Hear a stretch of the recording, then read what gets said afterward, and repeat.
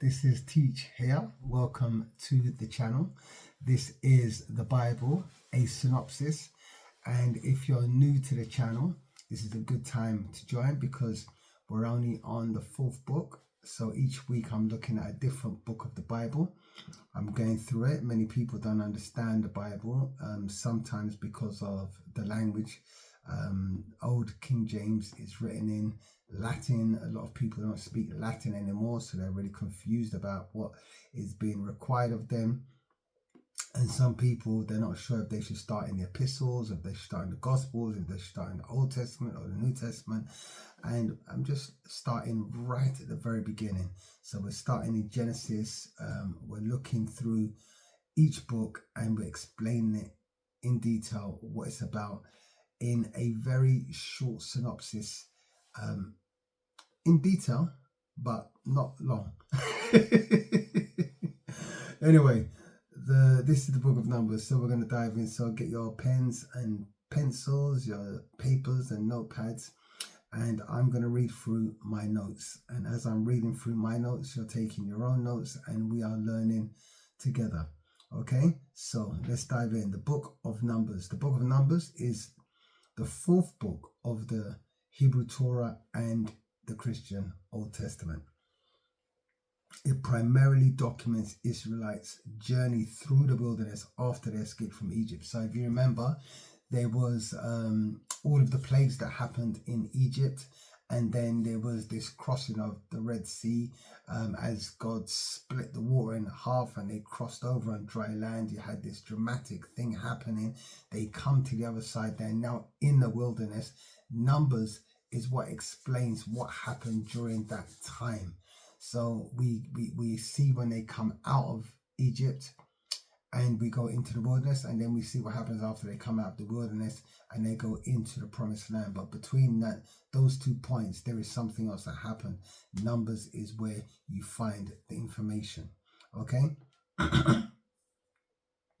So it continues to explain and teach God's laws and instructions given to the people. It begins with a census of the Israelite tribes, and then it establishes their military strength and their readiness for battle. Numbers is structured around two main censuses of the people, and then a large number of counting and sacrifices. Sacrifices of animals, and the number of animals, whether that be bulls or goats or sheep or pigeons or doves or utensils or rice or grain or anything else that the tribes would have to bring each day or each week or each fortnight or each month. Hence the name Numbers. There is a lot of counting that goes on in this book.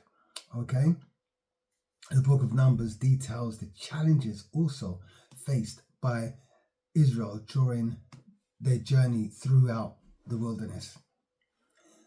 There are a range of events that take place, including the Israelites' complaints and revolts against Moses, and the people's complaints and rebellions against God. Numbers details their disobedience, rebellions, and God's swift judgment and punishment. Some events that happen in Numbers include the sending out of the spies to scout out the promised land. Another event was when the people grumbled and complained that there was no meat.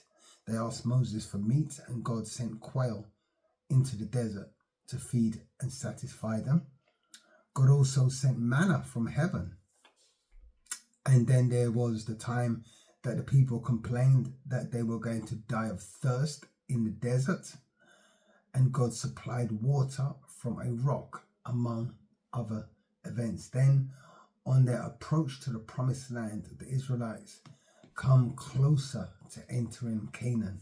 Numbers highlights various conflicts and battles with neighboring nations, highlighting both the struggles and the divine promises that awaited the people.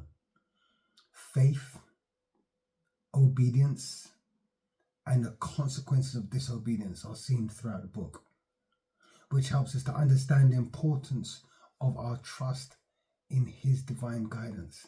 So, the book of Numbers serves as both a historical account as well as a spiritual lesson on trust and obedience. And that's Numbers. Thank you.